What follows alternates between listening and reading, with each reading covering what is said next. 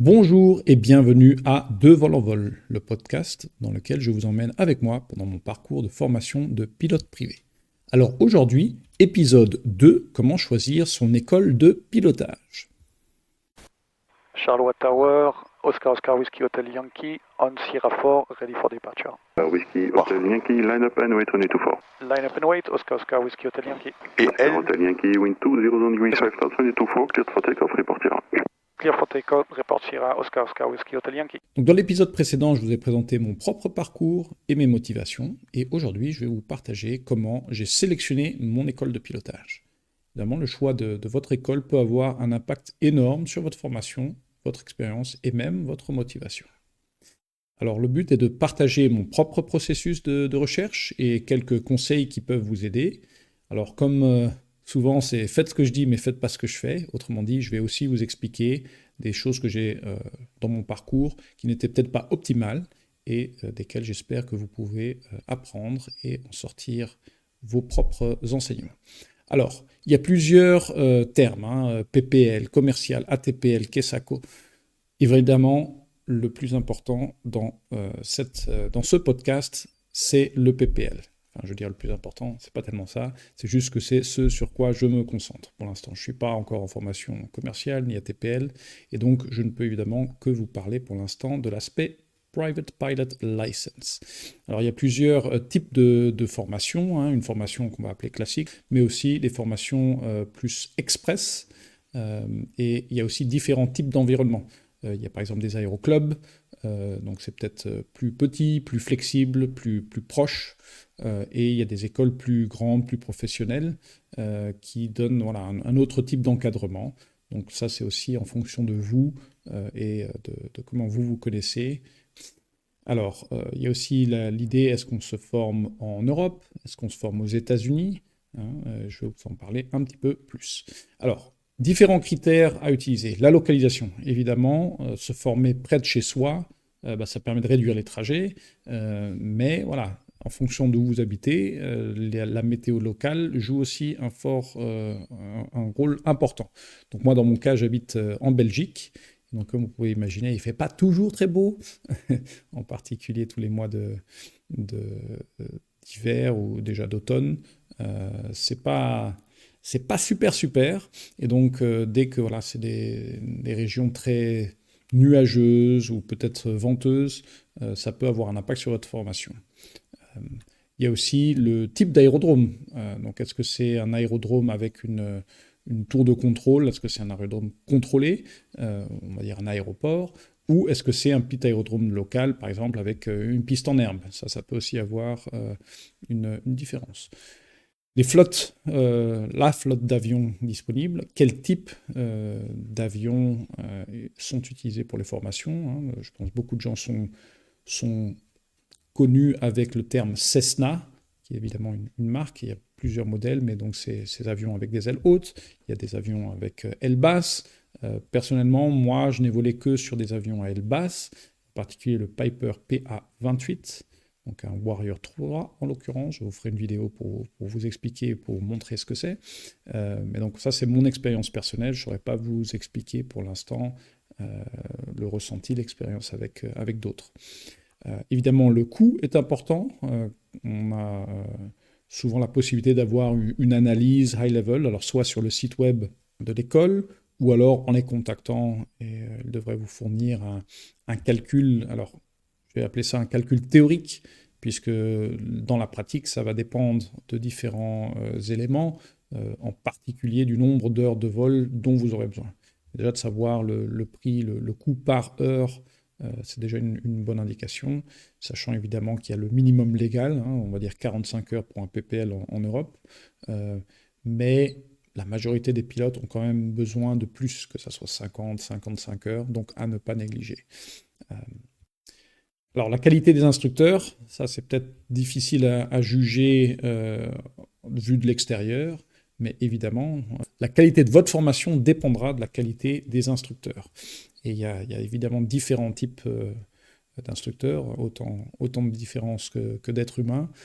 Mais voilà, il y a des instructeurs qui sont là pour leur passion pour le métier d'instructeur, d'autres qui sont là pour la passion du vol, et donc pour eux c'est des opportunités pour voler, et il y en a d'autres qui sont aussi là pour ce qu'on appelle build, pour augmenter leur nombre d'heures de vol afin de pouvoir, par exemple, intégrer dans des zones, après leur formation ATPL, pour pouvoir intégrer des compagnies aériennes. Et donc ça ne veut pas dire que l'un est mieux que l'autre. Hein, on peut avoir quelqu'un qui est qui est en train de builder des heures, mais qui est vraiment très bon comme instructeur. Donc l'un n'exclut pas l'autre. Mais c'est quand même important ça. Alors, comme je le disais, c'est difficile de juger ça de l'extérieur. L'important, si on en reparle un petit peu après, c'est d'aller parler avec, par exemple, d'autres étudiants, des étudiants actuels ou passés de l'école, et de chercher un petit peu sur Internet. Enfin, l'infrastructure et la disponibilité. Donc, qu'est-ce qu'il y a? Est-ce qu'il y a, par exemple, un simulateur? Est-ce qu'il y a des briefing rooms? Est-ce que les horaires sont flexibles ou est-ce que c'est vraiment un schedule très, très fixe?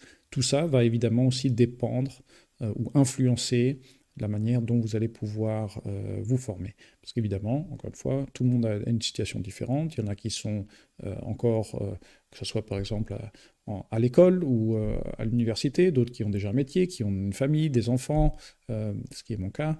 Donc savoir quand les cours sont disponibles, évidemment aussi bien théorique que pratique, a une influence sur le découle de votre formation. Alors, mon propre processus de recherche. J'avais commencé à chercher à la base au niveau des États-Unis. Alors, vous pourrez me dire, mais pourquoi, si tu habites en Europe? Alors, pour plusieurs facteurs, les deux principaux étant le coût et la durée. Alors, le coût, j'avais compris, et on pourra voir plus tard si c'est vrai ou pas, mais que le coût aux États-Unis était plus bas qu'en Europe. Ça peut avoir plusieurs facteurs, mais c'était des choses que j'ai lues relativement fréquemment. Et ensuite, la durée. Aux États-Unis, et en particulier dans les États du Sud, par exemple en Floride, où la météo est plus propice peut-être qu'ici en Belgique, il y a plusieurs types de formations, en particulier les formations express que j'ai mentionnées au début, qui permettent en 2 voire 3 semaines de faire l'entièreté de la formation. Alors, c'est pas du léger, c'est vraiment, on se lève le matin, on commence à 7 heures, on termine à 9 heures du soir, on vole 3 fois par jour, et entre les vols, on a toute la formation théorique. Donc, je pense que cognitivement, voilà, c'est une certaine charge qu'il faut pouvoir endurer pendant 2-3 semaines sans week-end à fond. Mais personnellement, c'est quelque chose qui me parlait. Au niveau aussi professionnel et impact sur la famille, pour moi, c'était plus simple, par exemple, de partir 2-3 semaines que de prolonger ça pendant des mois et mois. Alors ça, c'est comme ça que j'avais commencé.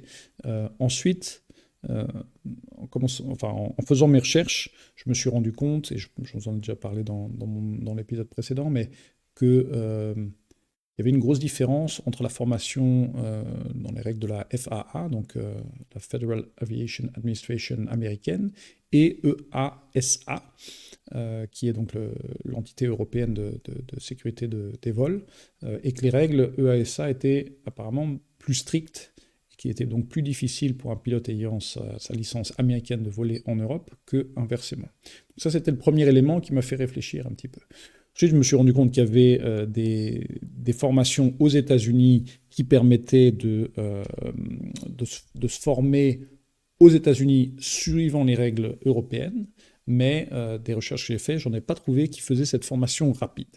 Et donc c'est à ce moment-là que j'ai de plus en plus questionné mon raisonnement, et où je me suis dit, bon, s'il va falloir que j'y retourne plusieurs fois, sur plusieurs mois, avec les avions, enfin le billet d'avion pour aller aux États-Unis, les hôtels, ce genre de choses, je ne suis pas sûr que ça revienne au final moins cher. Et puis j'ai fait quelques calculs, j'ai regardé, commencé à chercher des formations ici plus locales, et je me suis rendu compte qu'en fait l'aspect prix n'allait pas être drastiquement différent.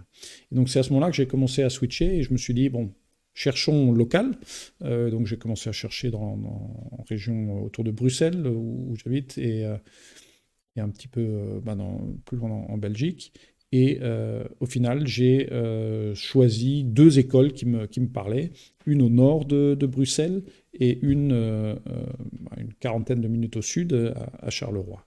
Et il y avait donc quelques différences, et tout ça, c'était avant de les contacter, hein, donc purement sur base des informations disponibles sur Internet. Je me suis rendu compte que l'aérodrome au nord de Bruxelles était une structure plus petite. Déjà, c'était un aérodrome non contrôlé, avec une piste en herbe, qui se trouvait, entre guillemets, sous la zone de contrôle de l'aéroport de Bruxelles, donc avec certaines restrictions. Et quand j'avais regardé l'autre option, à Charleroi, ça c'était, alors je vais peut-être le dire de manière ironique, mais c'était à l'aéroport international de Charleroi. Alors oui, c'est pas Charles de Gaulle, on est d'accord, mais quand même, c'est une base importante Ryanair, et donc on est là dans nos petits coucous, et on doit s'intégrer dans le flow avec des Boeing 737 qui arrivent à 2 fois votre vitesse d'approche, si ce n'est plus, et avec une tour de contrôle, on va dire, d'un aéroport majeur. Évidemment en anglais aussi, hein, parce que tout ce qui est contrôle aérien en Belgique se fait en anglais. Donc voilà, c'était quand même une autre approche. Et moi, je me suis dit, je préfère apprendre dans l'environnement plus complexe, donc dans ce cas-ci à Charleroi, pour pouvoir être à l'aise ensuite dans des aérodromes peut-être moins complexes, plutôt que l'inverse, d'apprendre sans avoir à demander vraiment d'avoir toute la danse avec l'ATC, donc juste la radio et informer ce qu'on va faire, ce que je fais en ce moment quand je vole à Namur, et ensuite d'avoir un certain stress quand on va devoir approcher une zone de contrôle, devoir parler avec l'ATC, puisque ça aurait été beaucoup moins pratiqué. Donc voilà, c'est à ce moment-là que j'ai choisi Charleroi. Alors il y a plusieurs écoles. Moi, il y en a une qui me parlait plus. Alors c'est des aspects purement, que je ne saurais pas vraiment qualifier.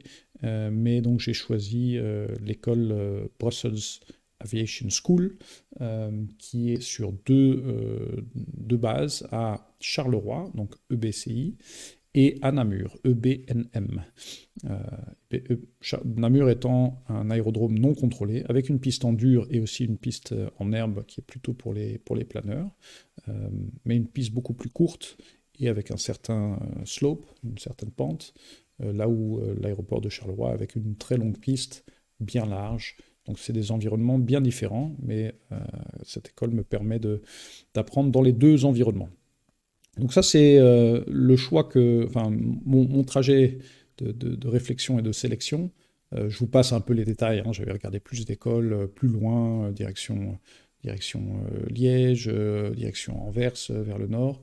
J'ai cherché en Belgique, donc je ne suis pas allé de l'autre côté de la frontière, que ce soit en France ou aux Pays-Bas, pour rester quand même relativement près. Mais bon, tout ça, c'était des options qu'on aurait pu regarder. Alors, ça, c'est mon processus, et comme je vous disais au début, tout n'est pas forcément optimal. Donc, je vais vous donner ici quelques conseils. Un premier, c'est faire un vol d'essai. Voilà, premier conseil que je n'ai pas suivi moi-même, moi, je n'ai pas fait de vol d'essai. Je pense que la majorité des futurs étudiants font un vol d'essai. Et je pense que c'est utile pour pouvoir, voir un petit peu les installations, avoir un feeling avec son instructeur, pour pouvoir déjà avoir un premier coup d'œil sur quel type d'avion, est-ce qu'il semble bien entretenu. Alors évidemment, quand on commence, c'est peut-être dur à savoir est-ce qu'il est bien entretenu, surtout quand on regarde un moteur, on ne sait pas, mais quand même, il peut y avoir des choses. Si on voit des traces d'huile, des câbles qui ont l'air mal attachés, peut-être un bruit au démarrage du moteur, ça peut être des facteurs qui posent question. Donc moi, je ne l'ai pas fait. Je vais peut-être aussi rajouter que ma décision de commencer, même si ça fait des années que j'y pense, réellement la décision de commencer dans cette formation, je l'avais prise pendant l'été. Les recherches, je les avais faites sur la fin août, et en fait, je me suis inscrit, j'ai contacté l'école, alors je ne sais plus ce que c'était, ça devait être le 4 ou le 8 septembre, et j'avais lu que leur formation commençait début septembre. Et je me rappelle, j'avais envoyé un mail un dimanche, il devait être minuit 5, j'étais juste le jour suivant, en contactant, en demandant si c'était encore possible de joindre le début des classes. Et il se trouvait que, donc j'ai reçu la réponse le lundi matin, que les classes en anglais commençaient le mardi. Et ça, c'est aussi peut-être un élément intéressant. Mon école, enfin l'école que j'ai choisie, propose des formations théoriques en anglais et en français. On pourrait vous dire, bah, si tu es francophone, pourquoi est-ce que tu n'as pas choisi la formation en français? C'est justement pour pouvoir faire cette formation dans la langue que je vais utiliser hors les frontières locales, même si, comme je dis, en Belgique, on utilise l'anglais pour tout ce qui est ATC, mais on peut utiliser le français sur les aérodromes en Wallonie. Évidemment, si on vole en France, dans les gros centres, on va pouvoir utiliser l'anglais, mais sinon, c'est aussi en français. Moi, je ne veux pas me limiter seulement à ça. Je veux pouvoir voler dans d'autres endroits en Europe et qui sait plus tard en Amérique, que ce soit du Nord ou du Sud. Donc la formation théorique en anglais me parlait beaucoup. Et donc, pour terminer l'histoire, je reçois la réponse lundi, non, il n'est pas encore trop tard, les cours anglais commencent demain, donc faites-nous savoir si on vous inscrit. Donc j'ai tout de suite répondu, dit, ok, c'est bon, voici la compte, et j'ai commencé le lendemain. Et pendant ce premier cours, alors évidemment, introduction, comment va se passer, et à un moment, une question est posée, quand est-ce qu'on peut commencer la formation pratique? Je n'avais pas forcément réfléchi en détail. Moi, je m'étais dit, bah, il faut déjà commencer un peu la théorie avant de faire la pratique. Et la réponse de l'instructeur était, bah non, c'est bien de faire les deux en même temps, comme ça vous pouvez appliquer ce que vous apprenez théoriquement. Et donc là, directement, le soir, je renvoie un mail à Alexandra, que je salue, et je lui dis, voilà, j'ai entendu qu'on peut commencer. Est-ce qu'il y aurait un slot de disponible? Et si je me rappelle bien, il faudrait que je revoie, mais je crois que c'était le vendredi, donc 3 jours plus tard, j'avais mon premier vol. Donc le vol d'essai, je ne l'ai pas fait, je me suis directement inscrit, et mon premier vol, que je vous présenterai dans le prochain épisode, on pourrait presque dire, été un vol et de découverte et premier vol. Donc voilà, ça c'était premier conseil. Le deuxième que j'ai déjà mentionné, c'est d'aller parler avec d'autres étudiants. Alors on peut essayer d'en chercher de différentes manières. Une option est de demander à l'école, est-ce que vous avez des étudiants avec qui je pourrais parler? Alors personnellement, je me dis, ils vont évidemment me passer des gens qui sont super positifs sur l'école, donc je ne suis pas sûr que personnellement je suivrai cette ligne-là. Je pense qu'on peut faire des recherches, que ça soit des recherches sur LinkedIn ou sur Facebook, sur les réseaux sociaux, chercher le nom de l'école, essayer de voir, et est-ce qu'on arrive à trouver des personnes qui ont été là. Ou alors d'aller sur place, de voir quelqu'un qui sort de l'école, et peut-être en mode un peu live, aller demander, voilà, t'es étudiant ici, est-ce que tu sais me dire, qu'est-ce que tu en penses, ça fait combien de temps? Je pense que c'est important de voir, voilà, que d'avoir des étudiants perpétuels, c'est peut-être pas non plus une très bonne chose, hein. Il faut qu'à un moment les étudiants puissent voler de leurs propres ailes. Donc voilà, tout ça, c'est... Mais évidemment, ça demande un peu de débrouillardise, et aussi de voilà, pas avoir peur de sortir de chez soi et d'aller parler avec des personnes. Alors un troisième élément, vérifier la maintenance et la sécurité. Alors ça, je l'ai fait, évidemment, comme je vous disais, c'est difficile au début, mais je l'ai fait un peu indirectement, parce que demander, voilà, est-ce qu'ils sont bien maintenus? Je recevoir une réponse, ah bah oui. Non, moi j'ai regardé, en fait, le principe c'est que chaque avion a un planning de maintenance, en particulier, voilà, quand est la prochaine maintenance, que ce soit une maintenance de 50 heures ou de 100 heures, et du moins dans l'école où je suis, j'ai vu ça à d'autres endroits aussi. En général, il y a un tableau avec les différents avions et une information, une indication, prochaine maintenance de 100 heures, etc., à tel moment. Et donc de prendre le livret de l'avion, regarder à combien d'heures est-ce qu'il en est maintenant, et en effet confirmer, voilà, qu'on est à moins de 50 heures, mais surtout qu'on n'a pas dépassé ce délai. Donc ça, c'est une des manières. Évidemment, quand on fait l'inspection de l'avion, donc ça c'était le cas aussi avant le premier vol, encore une fois, on ne sait pas forcément trop où regarder, mais quand même, est-ce qu'on voit des choses voilà, au niveau, par exemple, de la peinture? Est-ce qu'il y a de la corrosion? Est-ce qu'il y a des lampes qui ne fonctionnent pas? Est-ce qu'il y a des choses qui vous semblent louches quand on ouvre le moteur? Des traces d'huile en bas? des câbles pas bien attachés, ce genre d'éléments. Je vous montrerai une vidéo que j'ai déjà enregistrée, mais qui viendra donc dans un prochain épisode, de comment faire le tour de son avion, comment vérifier, faire le pre-flight. Espérons que ça vous aide aussi pour pouvoir faire cette vérification sur la maintenance et la sécurité des avions de l'école que vous envisagez. Et voilà, c'était, je pense pour moi, en fait, l'élément principal, l'intuition. Est-ce que, quand vous contactez l'école, est-ce qu'il y a des réponses rapides? Est-ce que vous avez l'impression que la réponse est, on va dire, simple et honnête? Ou est-ce qu'il y a du serpentage autour de oui, mais non? Donc ça, c'est des choses vraiment au niveau de l'intuition.